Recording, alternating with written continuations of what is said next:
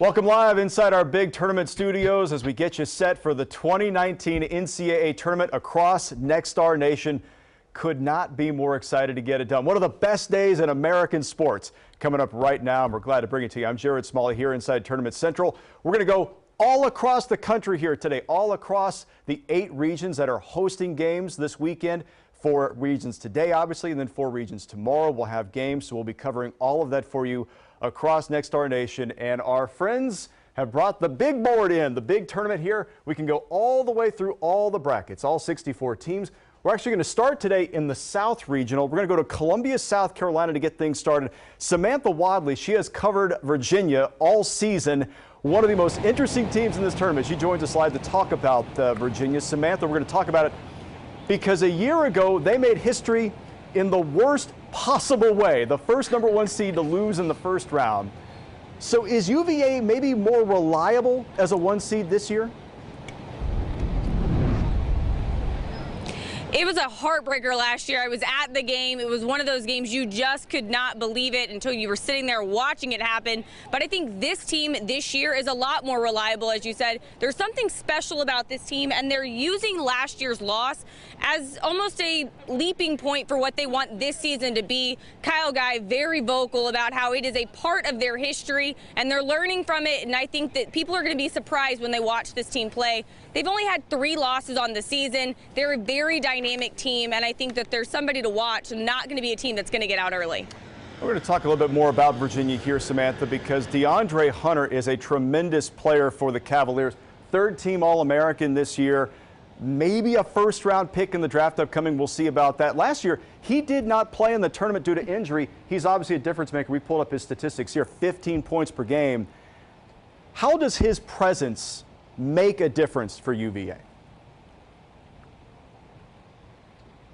I really think DeAndre is a huge leader on the court. He's quiet, very soft-spoken, but when he's out there, the guys are looking to him. They're looking for him to take them down the court, to lead this team. And I think him being back out there, he was out last year, and you could see it in the court that they needed his leadership out there. But I think that he's really going to be instrumental in their first game of the NCAA tournament, just to get them over that hurdle of last year and kind of keep pulling forward. Also, one other note, Samantha, and this is one of my favorite parts of the NCAA tournament, when a team gets to the tournament for the first time, and that is the situation with Gardner-Webb in the opening round. The Big South tournament champions, tremendous performance in the postseason tournament just to get to the NCAA.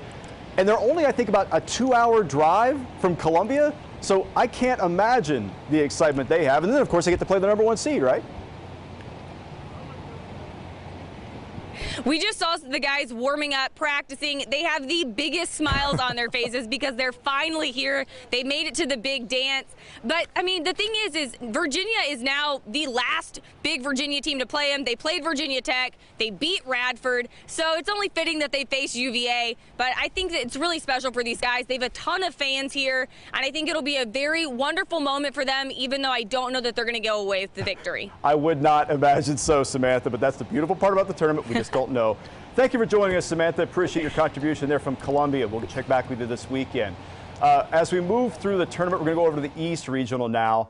The team which won the conference, rated as the toughest in America this season, the Big Ten, that was Michigan State. They just got it done, beat Michigan in the championship game. Sparty coming off their win in that title game. They will open the tournament later on this afternoon when they take on Bradley. Michigan State, the 2 seed there. That game is going to go down in Des Moines, and we're going to talk a little bit more about Michigan State and Bradley here as we pull up our reporter from Des Moines. That's Audrey Dahlgren. She covers the Spartans all the time. She joins us here.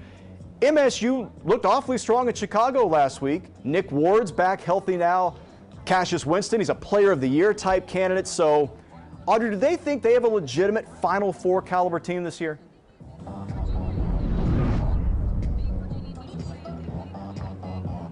Hi, Jared. Yes, Michigan State's basketball team fully believes that they are a Final Four caliber team for several reasons. Number one, you mentioned Cassius Winston, and the big thing about him is that he has the ability to make plays all over the floor if you watch him. You know, he's really good at driving to the basket. That's a huge thing for him. It really helps the team. Another thing that he does really well is he's able to shoot really from anywhere from the floor. But another big thing about Cassius, that he just makes plays. He's able to find people specifically Nick Ward. Tom Izzo even mentioned that with Nick Ward coming back, he really liked it because it actually ups Cassius' assists. Those two work really well together. Another reason why this team feels that they're a Final Four caliber team is because everyone knows how to play their role. Each one, they're just great role players, honestly. I mean, Kenny Goins, he comes in, he knows what his job is. Matt McQuaid comes in, he knows that he's counted on to get three-point baskets, or three-point shots, I should say. And then you have instrumental guys that just, like an Aaron Henry, and then a Gabe Brown. I'll get more to them in a little bit in a minute. But, and the other thing about this team, why they're a Final Four caliber team, is those roles, like I mentioned, but it's similar to the team in 2015 when they made it to the Final Four. Those guys had the same trust, respect, communication, everything going from that this one team does right now.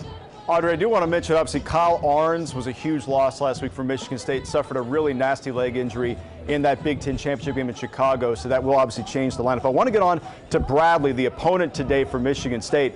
Bradley's just 20-14 this season, a very surprising Missouri Valley Tournament champion team. How do they match up with the Spartans? You know what? They match up really well. Actually, both of these teams are really excited to be playing each other. And I had a chance to speak with both of them yesterday during their media availability. And the reason they feel that way is because not only does Bradley like to get up and down the floor, but so does Michigan State. Tom Izzo, I said, is this going to be like a track meet then? What can we expect out there? And he goes, I hope so. He goes, that's our kind of game. That's the game we like to play. So he's embracing it. And Bradley's embracing it too. They think that if they can run with them, that they're going to be able to keep up with them. Outstanding. Thank you for the contribution there from Des Moines, Audrey. We look forward to checking back with you later on this weekend as Michigan State opens their big tournament run here.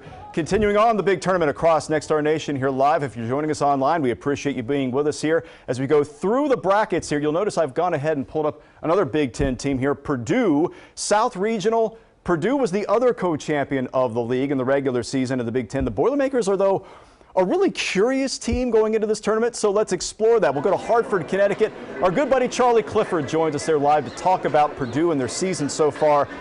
Hey, Carson Edwards is the story, right, Charlie? I mean, 23 points a game, the leading scorer in the Big Ten, but he's also dealing with an injury. How does that affect the Purdue chances today?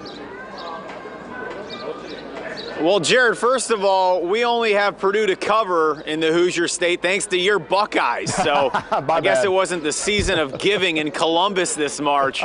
Thanks a lot for that. Yeah. Indiana's in the NIT. And as you mentioned, yes, Carson Edwards and Purdue are here in Hartford.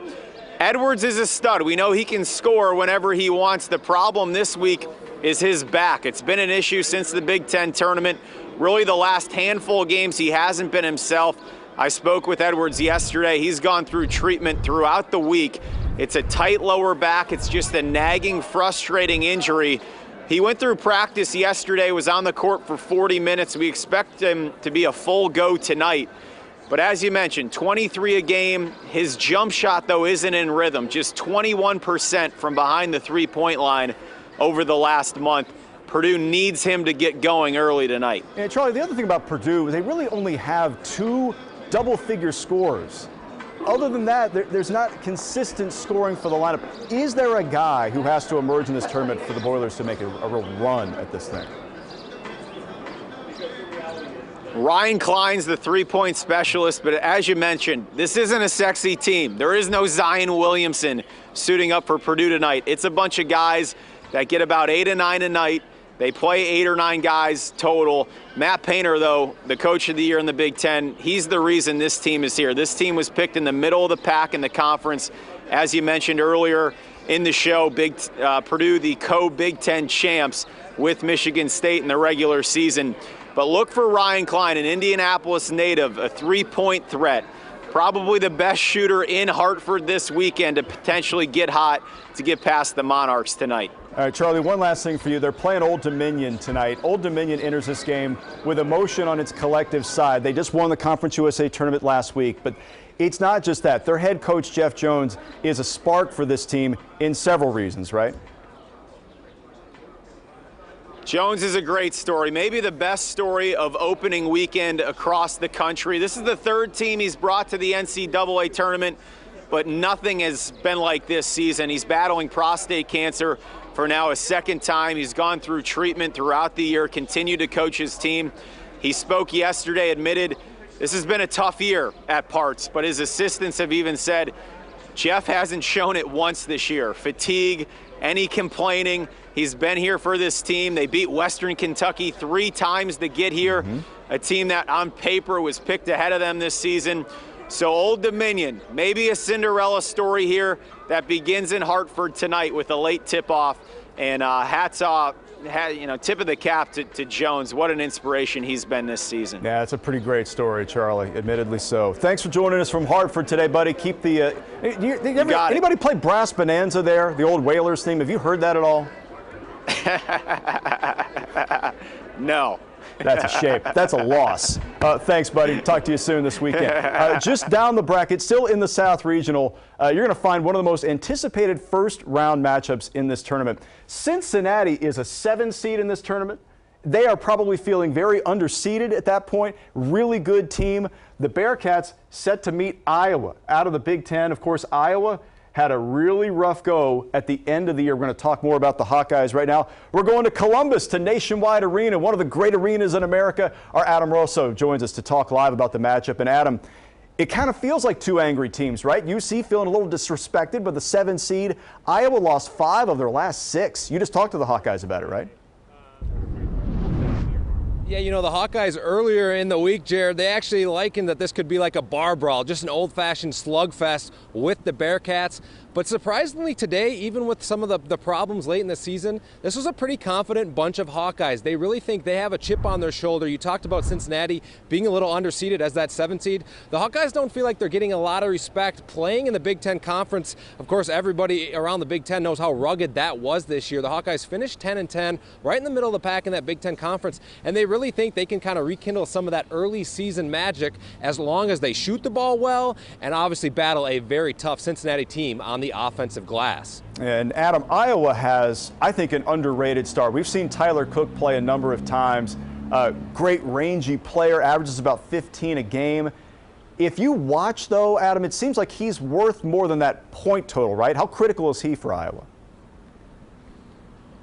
Absolutely, the emotional leader. He's the guy getting everybody fired up. When they were playing well early in the season, beating Iowa State, beating Michigan, he was firing everybody up from the jump. And I think that's kind of what this team needs to really reassume and get that moxie back. Cook's going to be the one, the instigator to do that. Now, obviously, he's their best scorer, he's their best playmaker, their best athlete. But like you said, some intangibles, and obviously his rebounding and his ability to bang with some of those big guys for the Bearcats inside, going to be absolutely critical. And I think the Hawkeyes are going to play an inside-out game. They talked a lot about pace earlier this morning, saying that, Cincinnati loves to slow the pace down on offense, but they love to be frenetic on defense. The Hawkeyes think they can exploit that, much like they did against Illinois in the Big Ten tournament. They won by double digits in that game. They think they can be successful offensively, but like you said, it starts with Cook going inside to set up everything on the perimeter. That's a good point. And one other thing, Adam, about this matchup in particular, I've got UC's resume pulled up here.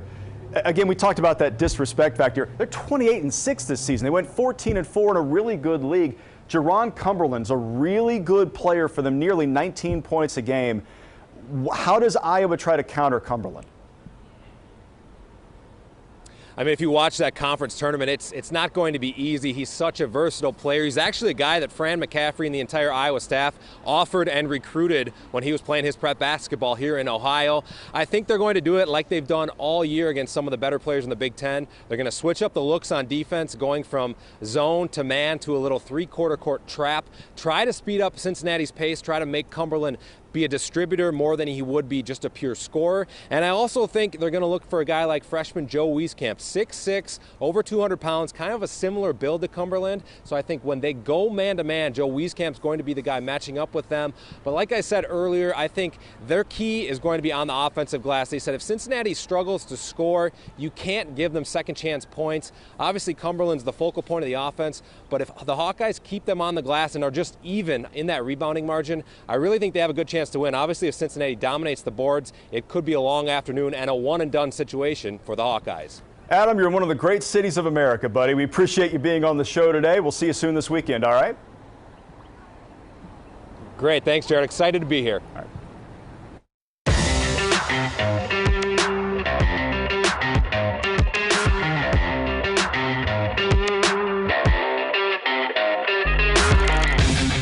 If you're just joining us, welcome in live. Tournament Central here. I'm Jared Smalley here as we get you set for the big tournament. One of the great days in American sports. Obviously, games all day today and tomorrow in the NCAA tournament.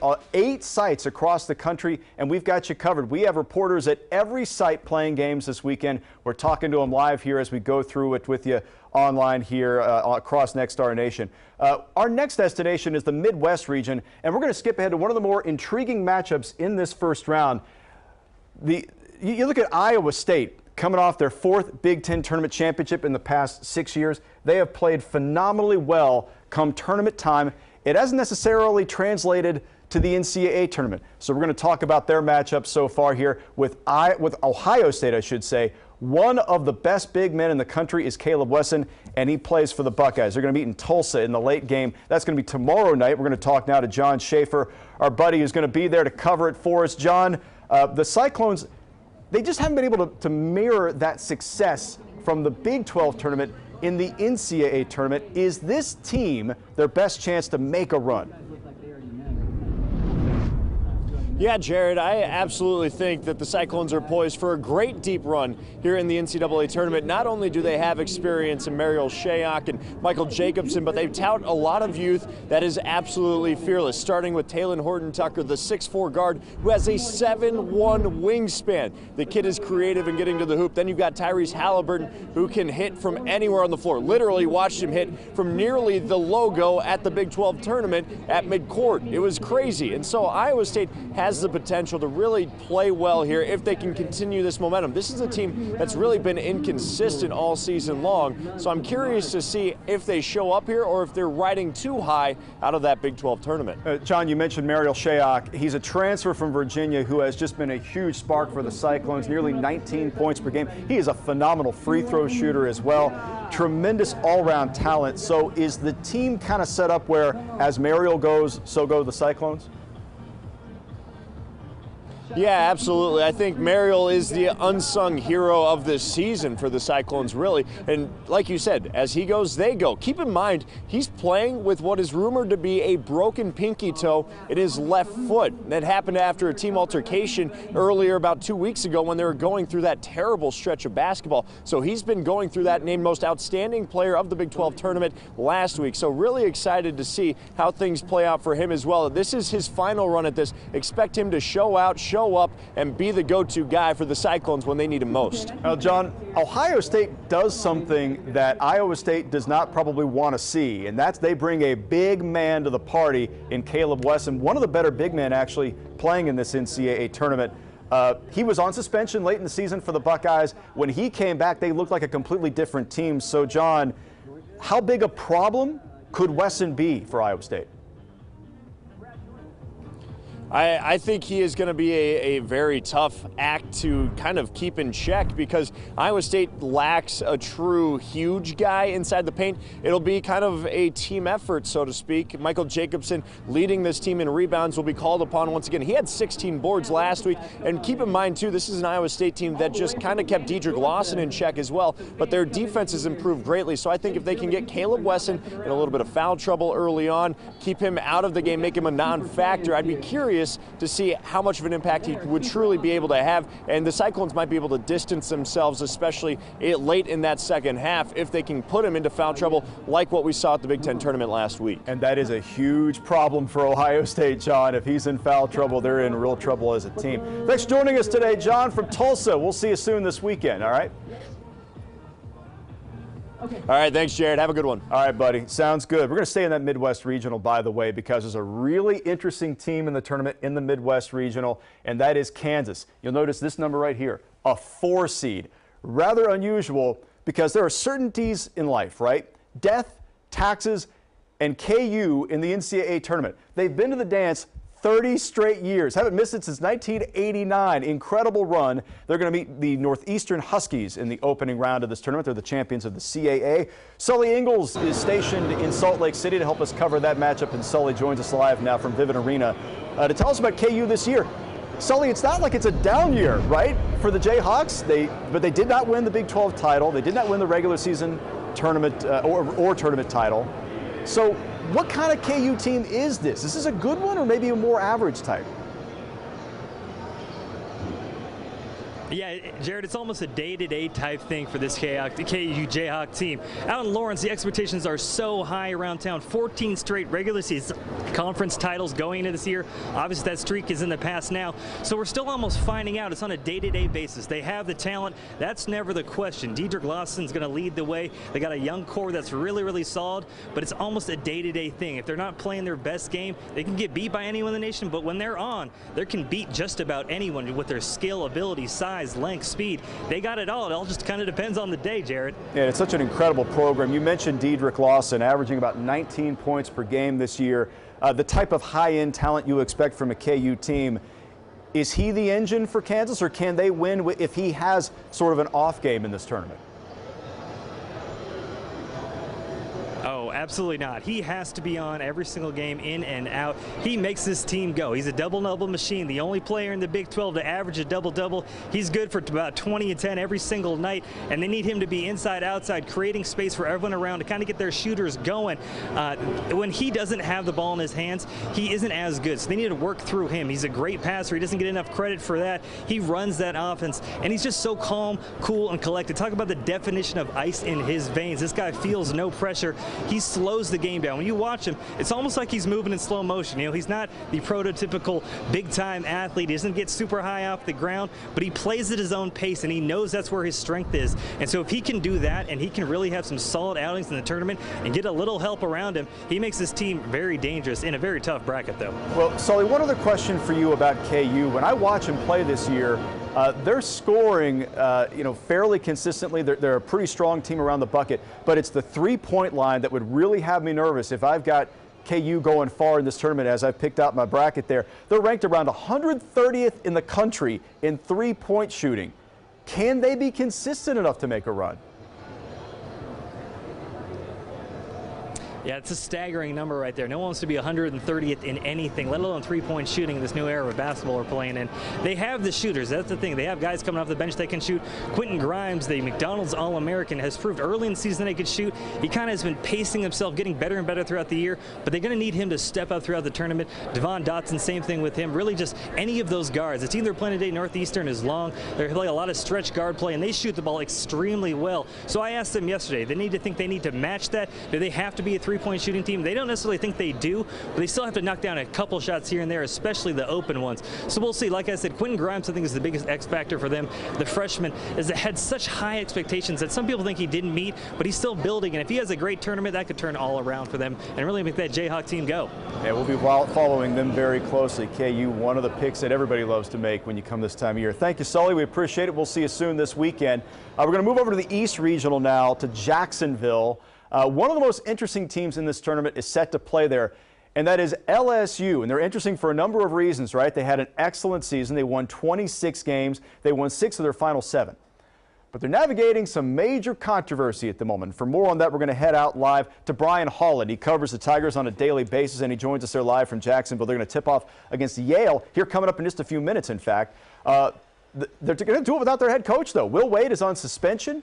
Tony Benford's in charge. So how has that affected LSU so far since that change was made? Yeah, Jared, how about a little breakfast with your basketball out here in the Eastern Time Zone in Jacksonville, Florida on the First Coast?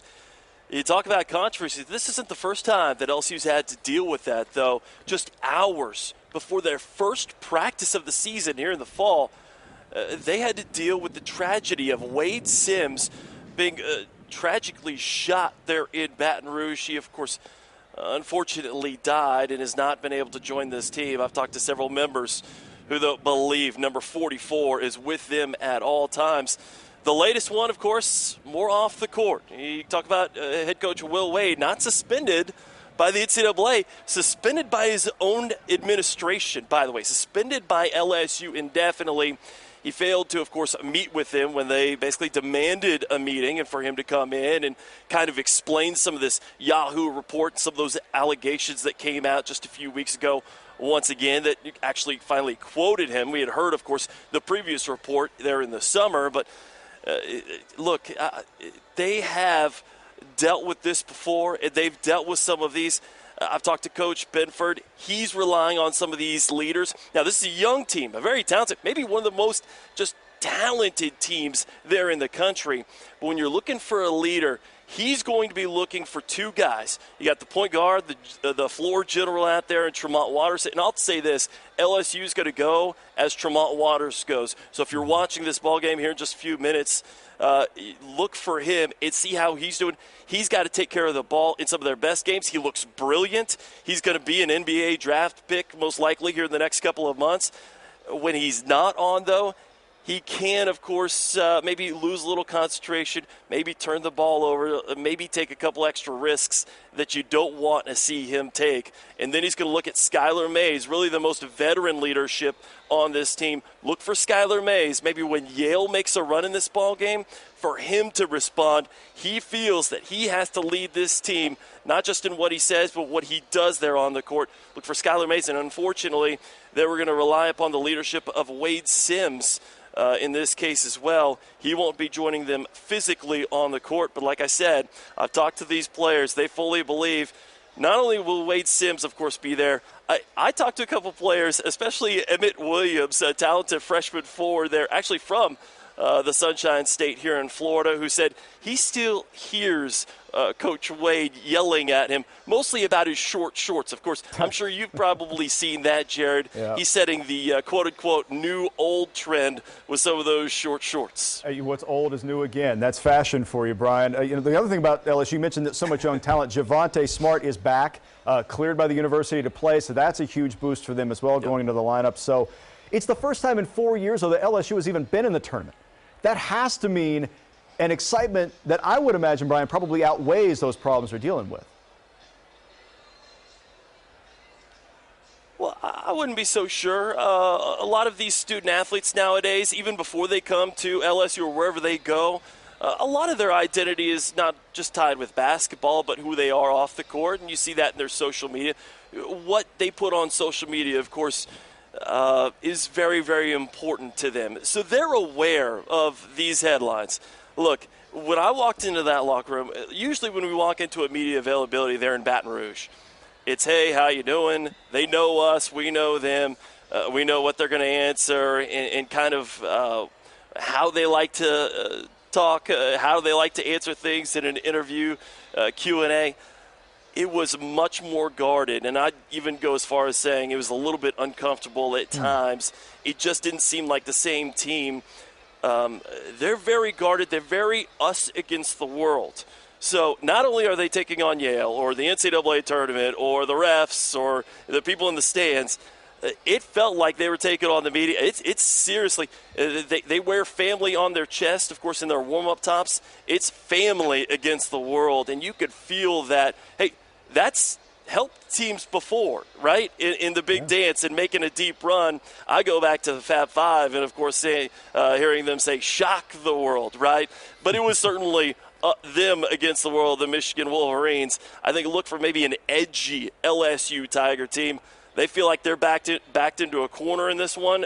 Them against the world, how will they fight their way out? We'll find out very shortly. They tip off against Yale. They're the Ivy League champion, Brian, 22-7 this season. Quickly, how do you think they match up, the Bulldogs, with LSU? Hey, LSU's come out and said this is the type of game that they like to play. They don't like to play the Floridas of the world that's going to get up on you, press you, try and turn you over, okay? A West Virginia, say that they're not in the tournament, but someone who's going to guard you for the entire court, okay, 94 feet. So this is the type of game that they want to play. They want to play a high-scoring game. Unfortunately, Yale, they could score in bunches as well. So I think it's who's going to protect the ball, take care of the ball. And once again, I think that comes down to Tremont Waters setting the table there for LSU, getting them in good shots, not just, of course, the shots sometimes they want to take. All right, Brian, appreciate your contribution there in Jacksonville. Look forward to seeing what happens today with LSU and Yale in the first round. Thanks for joining us. We'll see you later on this weekend. So that's a look across the country as we go across all the sites.